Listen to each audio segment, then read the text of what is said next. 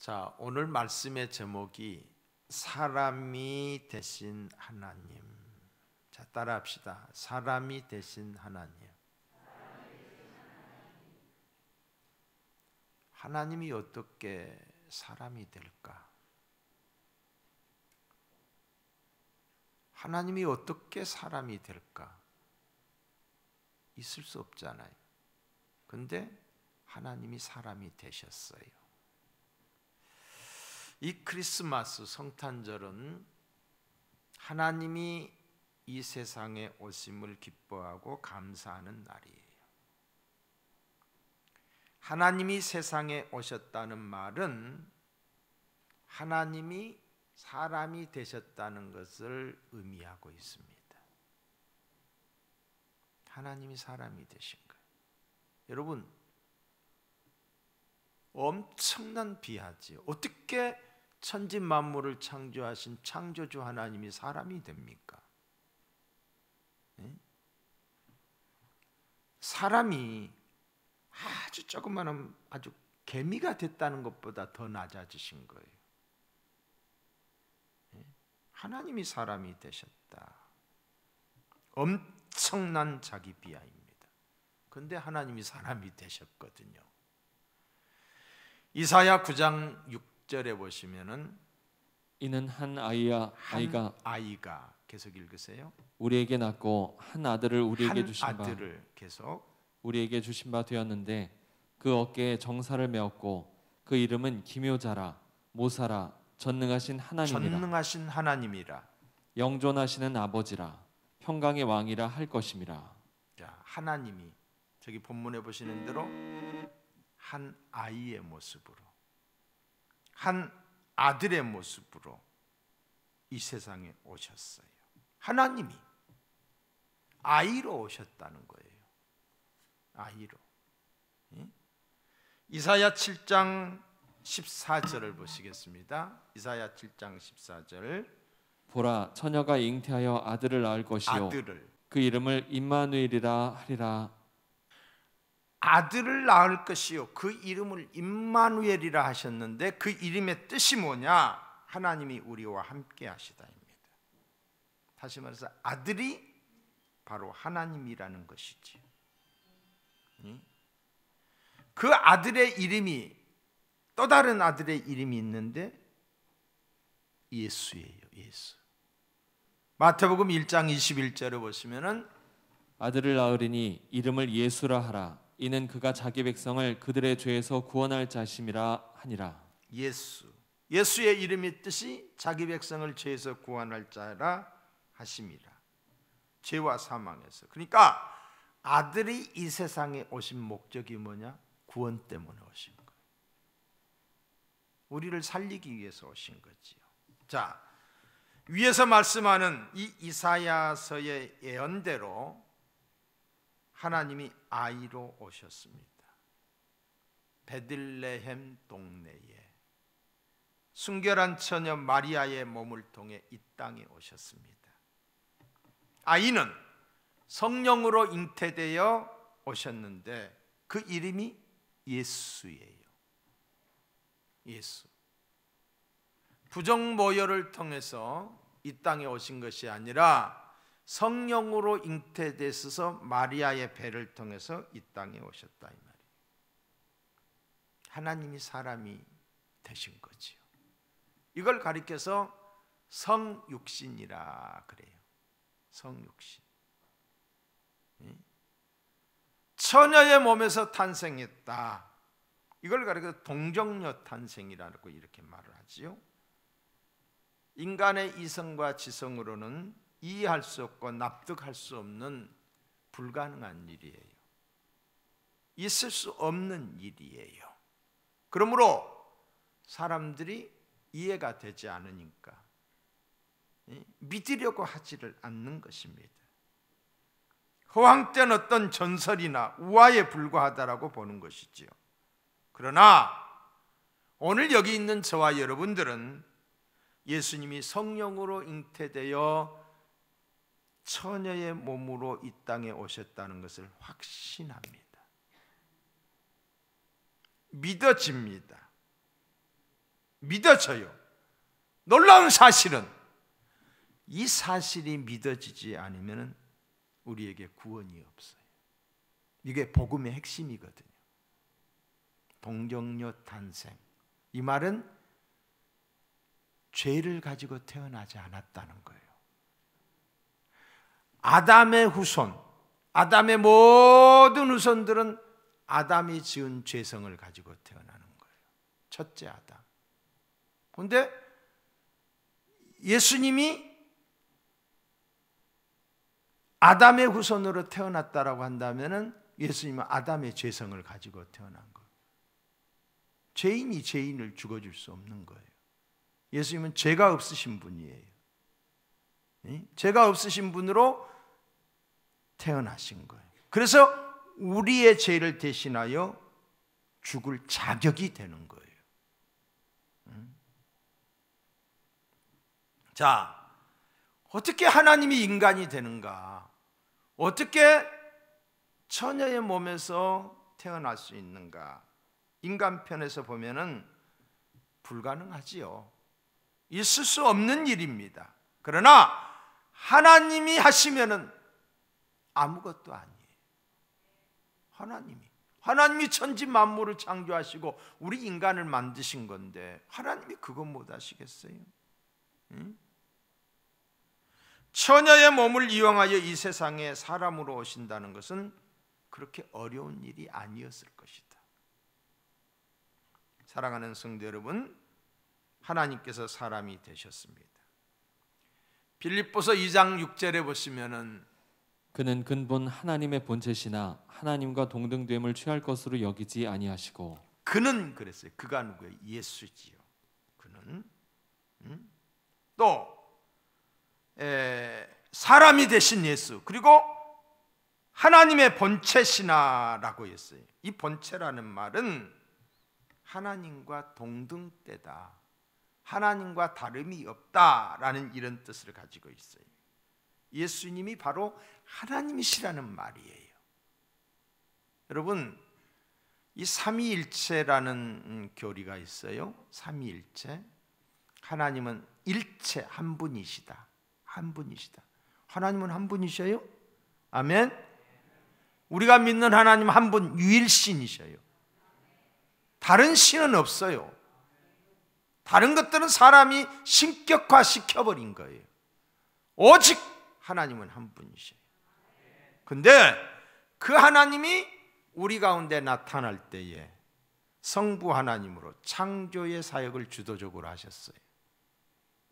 성자 예수님으로 나타내는 우리의 죄를 대속하기 위해서 이 땅에 오셨어요. 또한 예수님이 구속 사역을 완성하시고 승천하심으로 승천하시기 직전에 주께서 말씀하셨어요. 다른 보혜사를 너에게 보낼 것이다. 다른 보혜사. 그게 뭐냐면 성령이셨어요. 그러니까 예수님 승천과 더불어서 성령이 이 땅에 임하셨던 거예요. 지금은 성령이 주도적으로 역사하는 시대예요. 우리를 돕기 위해서 성령이 오신 거예요. 성령이 우리 가운데 임하시게 되면은 하나님의 사랑을 깨닫게 돼요. 하나님의 창조하신 우주를 보면서 하나님께 영광을 돌리게 되는 거예요. 성령이 우리에게 임하시면은 예수 그리스도의 십자가의 사건이 내 사건으로 다가오는 거예요. 성령이 스승되셨어. 그러니까 성부, 성자, 성령 삼위. 근데 이는 하나다. 일체 하나예요. 뭐에 있어서 하나냐? 영광에 있어서 하나고, 권능에 있어서 하나고, 능력에 있어서 하나예요. 다를 바가 없어요. 성령이 낳고 그 다음 예수님이고 그 다음 하나님이고가 아니에요. 똑같으신 분이 똑같으신 분. 똑같은 하나님이시. 근데 우리 가운데 구속사역으로, 창조사역으로, 우리 가운데 우리를 돕는 사역으로 함께 하시. 성령의 감화감동이 있기를 주님의 이름으로 축복합니다. 하나님이신 예수님과 사랑과의 차이가 있어요. 예수님이 사람의 몸을 이 땅에 입고 오셨잖아요. 그런데 그분이 하나님이시라 이 말이에요. 그 하나님과 우리 사람과의 차이가 있어요. 하나님은 어떤 분이시냐? 스스로 존재하시는 분이에요. 무원인적인 존재, 자존하시는 분이에요. 무엇에 의해서 만들어졌거나 창조되거나 원인이 있어서 존재하는 것이 아니라 스스로 영원전부터 영원까지 존재하시는 분이에요. 우리는 어떤 사람이? 유원인적 존재예요. 우리가 존재하는 이유는 뭐냐? 하나님이 원인이 돼요. 하나님이 만드셨기 때문에 우리가 있는 거예요. 또한 하나님은 영원하셔요. 영원하셔요. 영존하셔요. 시작과 끝이에요. 알파와 오메가예요. 하나님은 영원하신 분이에요. 그런데 우리는 한철에 피었다가 지는 꽃처럼, 시들어버리는 꽃처럼 유한해요. 끝이 있어요. 그러나 하나님은 영원하셔요. 하나님은 전능하셔요. 능치 못함이 없어요. 그러나 우리는 하지 못하는 일이 많아요. 이렇게 자존하시고 영존하시며 전능하신 하나님이 사람이 되셨다. 그분이 바로 예수님이셔요. 예수님. 자존하시고 영존하시며 전능하신 하나님이 스스로 사람이 되기 위하여 죄인된 인간들을 구원하기 위하여 어린아이의 모습으로 오셨으니 그분이 이 땅에 오신 날을 기념하는 날이 성탄이에요. 성탄절이에요. 우리가 왜 성탄절을 기뻐하는지 알아야 돼요. 우리를 구원하러 오셨기 때문에. 석가모니가 이 땅에 왔지만은 우리를 구원자로 오신 게 아니에요. 그분은 성각자로 오신 분이에요. 우리보다 조금 더 깊이 생각했고 어떻게 사는 것이 바르게 사는 것인가를 가르쳐줬던 성각자에 불과하지 그분은 구원자는 아니다. 구원자는 오직 예수예요. 예수님만이 우리를 대신하여 십자가에 못 박혀 죽으신 줄로 믿습니다. 여러분, 차별금지법이 통과되면 이렇게 이야기하면 나는 걸려요. 이제 교회만 예수님께만 구원이 있다고 하면 걸린다니까요. 완전하신 하나님이 완전한 사람으로 세상에 오셨어요. 신성으로는 하나님과 같고 인성으로는 저와 여러분들과 전혀 다를 바가 없는 똑같은 존재로 이 땅에 오셨으니 그분의 몸에 예수님에게는 신인 양성을 가지고 있었어요. 하나님이면서 동시에 완전한 인간이셨어요. 우리와 똑같은 육체를 입고 이 세상에 오신 이분이 바로 예수 그리스도시다. 왜 오셨느냐? 우리를 구원하시기 위해서, 우리를 죄와 사망에서 구원하시기 위해서. 자, 더 놀라운 사실은 사람으로 오시되 막 번쩍번쩍 빛나는 왕의 모습으로 오신 게 아니었어요. 아기의 모습으로, 종의 모습으로 이 땅에 오셨다는 거죠. 오늘 본문 7절에 보시면은 오히려 자기를 비어 종의 형체를 가져 사람들과 같이 되었고, 종의 형체를 가져 자신에게 있는 모든 하늘 영광, 모든 것을 다 내려놓으시고 종의 모습을 입고 이 세상에 오셨다는 거예요. 천대받는 종의 모습으로 오셨어요. 이분이 바로 하나님이신 예수 그리스도십니다. 악취가 진동하는 마국간에 춥고 누추한 그 열악한 곳에 연약한 아이의 모습으로 이 땅에 오셨어요. 종의 모습으로 오셨기에 그 누구도 그분을 영접하지 않았어요. 구원자로 오셨는데, 우리를 살리러 오셨는데 그 누구도 그분을 알아보지 못했어요. 그런데 들에서 양을 치던 목동들이 왔어요. 왜 왔느냐? 하나님이 가라고 하니까 왔어요. 하나님이 가보라고 하니까. 저 별을 연구하던 동방의 박사들이 왔어요. 왜 왔느냐? 하나님의 지시를 따라, 별의 인도함을 따라 온 거지 스스로 온 게 아니에요. 자, 여러분 누가복음 2장 8절 이하에 보시면 좀 긴데 읽어주세요.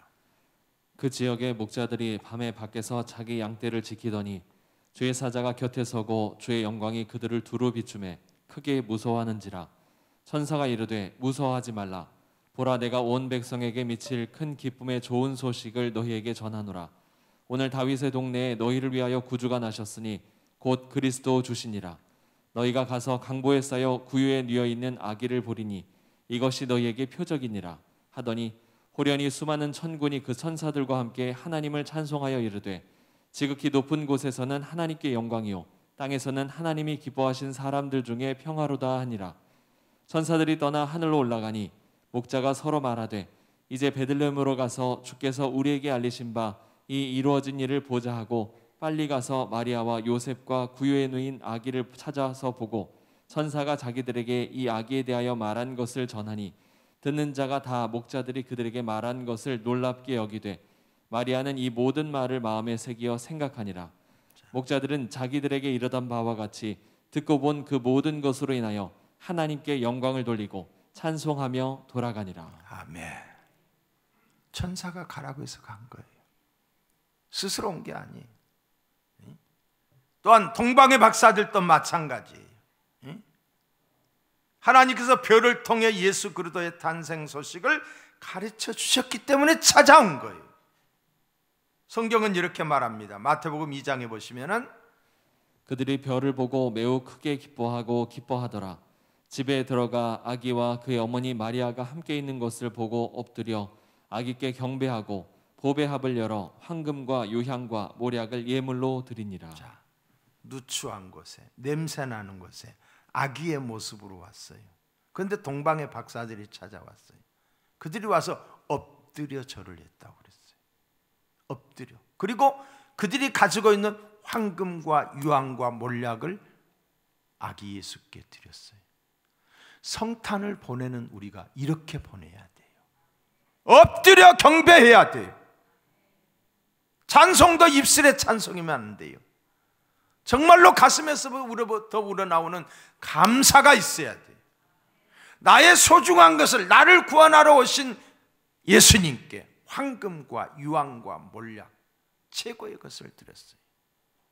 성탄의 감사에 해야 될 이유가 여기에 있는 거예요. 사랑하는 성도 여러분, 스스로 존재하시는 하나님이 사람이 되시되 종의 모습으로 오셨다는 사실, 여러분 이해가 되지 않습니까? 예수 믿지 않는 사람들은 이해가 안 돼요. 어떻게 그런 일이 있을 수 있냐? 그러나 우리는 이해가 돼요. 왜? 믿음이 있기 때문에. 믿음으로 이해가 되는 거예요. 믿음은 선물이라고 했어요. 내가 믿으려고 해서 믿어지는 게 아니라 하나님이 우리에게 믿음을 주셔서 우리가 믿게 되는 거예요. 이해가 되지 않지만 믿음으로 이해하는 거예요. 여러분 세상을 살아나가면서 다 이해가 돼서 믿습니까? 다 긍정해서 따릅니까? 이해가 되지 않지만은 믿음으로 이해하는 것들이 많잖아요.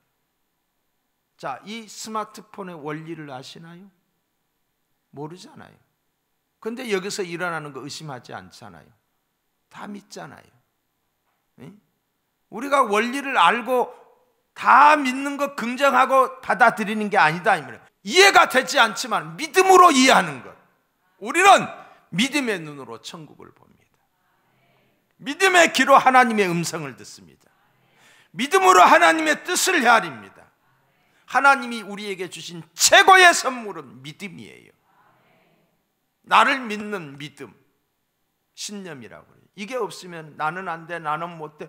누가 말하지 않아도 지가 저를 안 믿으니까 아무 일도 못하는 거예요. 그럼 나는 할 수 있다 하면 된다? 이게 믿음이에요. 신념이라는 믿음이에요. 너와 나가 믿는 것, 너와 나가 믿는 것, 부부간에 서로 믿는 것, 부부간에 서로 의심한다고 생각해봐요. 그게 지옥이에요. 이게 신뢰라는 믿음이에요.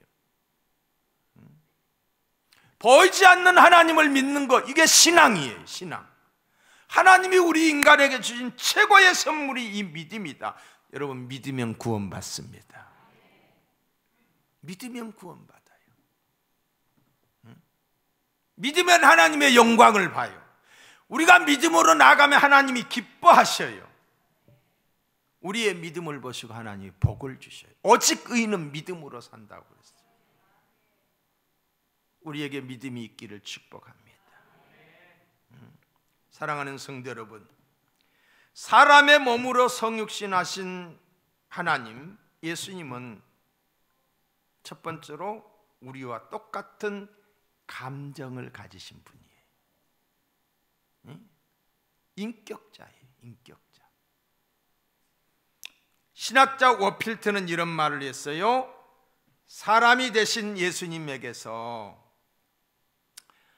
우리가 찾을 수 있는 독특성 중에 하나가 감정이다라고 말했어요. 희노애락. 기뻐하시고 슬퍼하시고 노하신다. 사람이 되어 세상에 오신 예수님은 목자 잃은 양같이 방황하는 인생들을 보면서 어떠했느냐? 불쌍히 여기셨어요. 긍휼히 여기셨어요. 슬퍼하셨어요. 멸망당할 예루살렘 성을 바라보시면서 통한의 눈물을 흘리셨어요.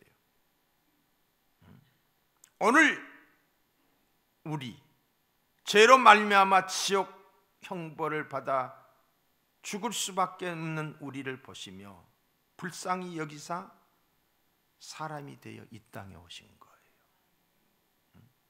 불쌍히 여기사 하나님의 긍휼하심 때문에 우리가 구원받게 된 거예요.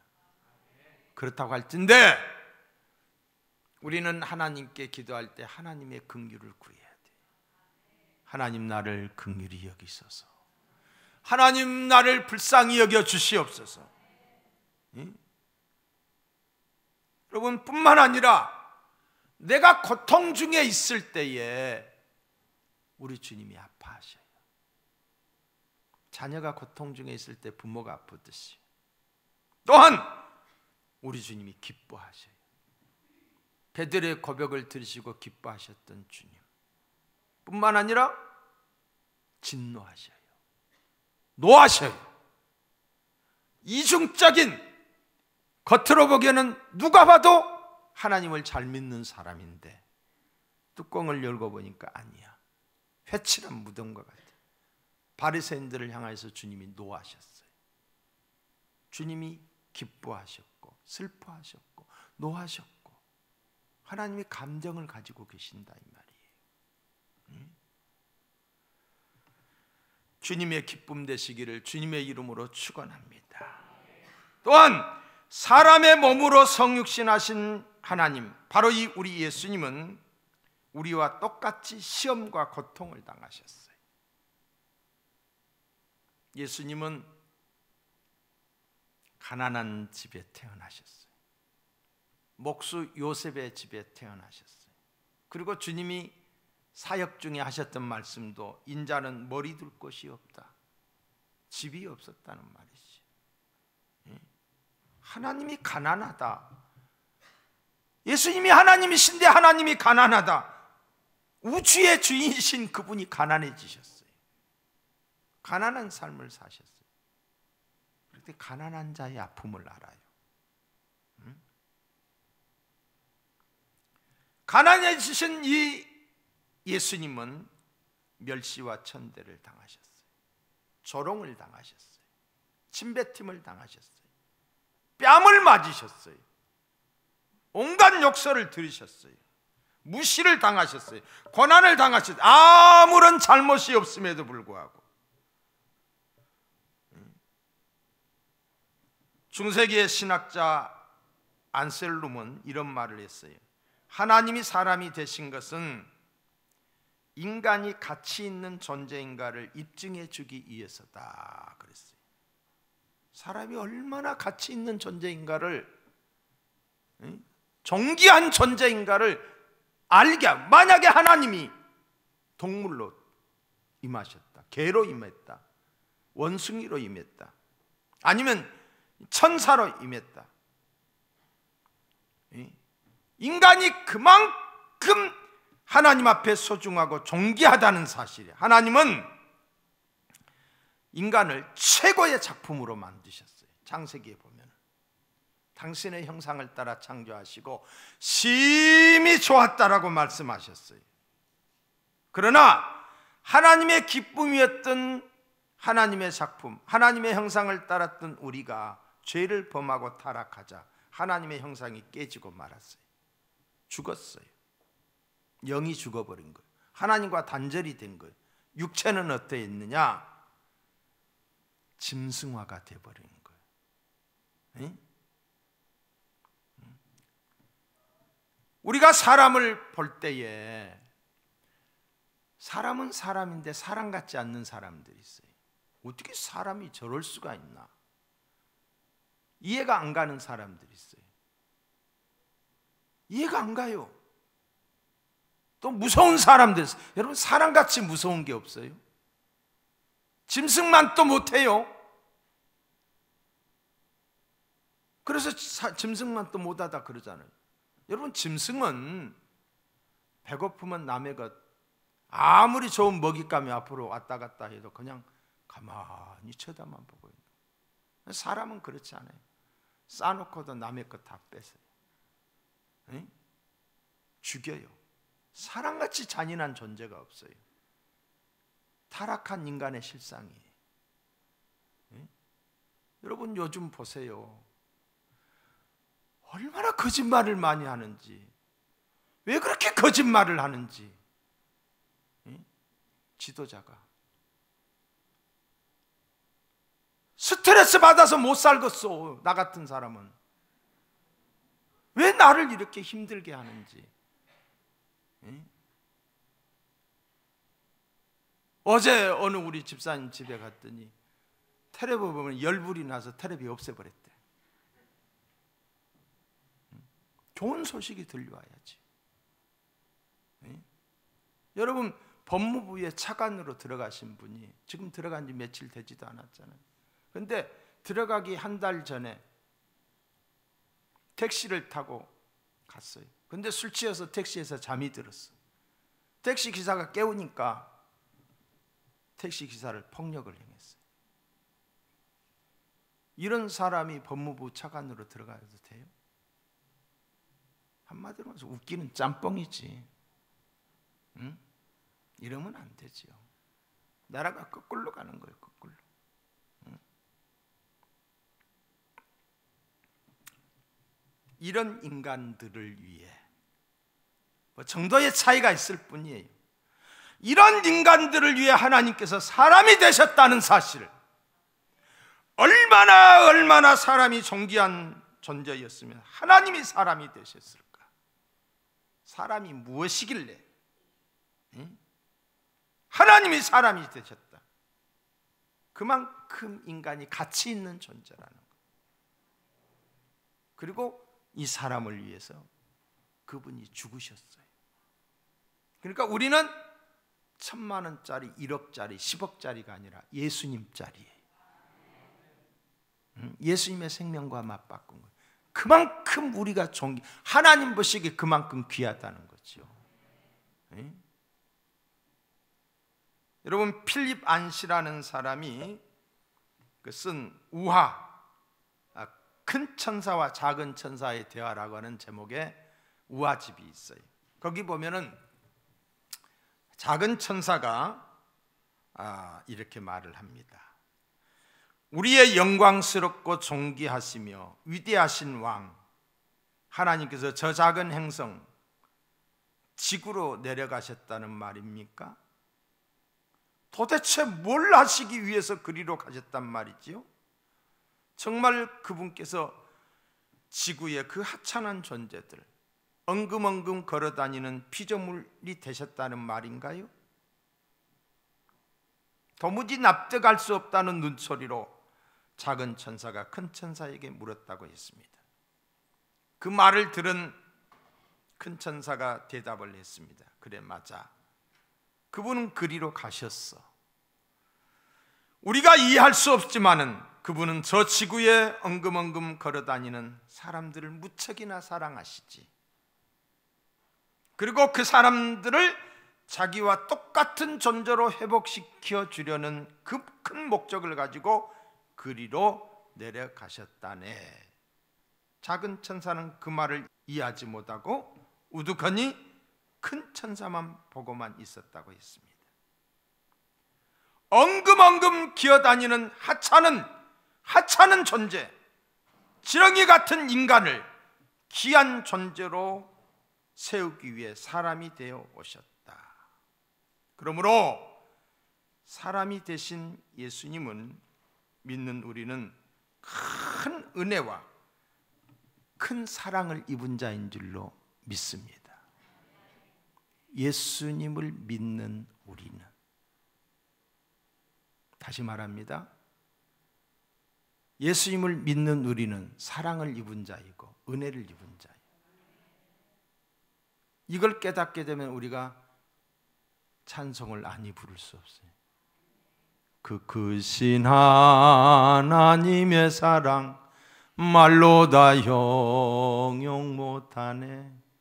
저 높고 높은 별을 넘어 이 낮고 낮은 땅 위에 죄범한 영혼 구하려. 여러분, 이 찬송이 노래가 아니라 감격의 찬양이 될 수 있기를 주의 이름으로 축원합니다.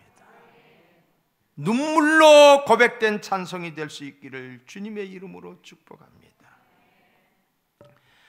사람의 몸으로 성육신하신 하나님 예수님은 허물과 죄로 죽은 우리를 살리려 오셨습니다. 오신 목적이 우리를 살리러 오셨다.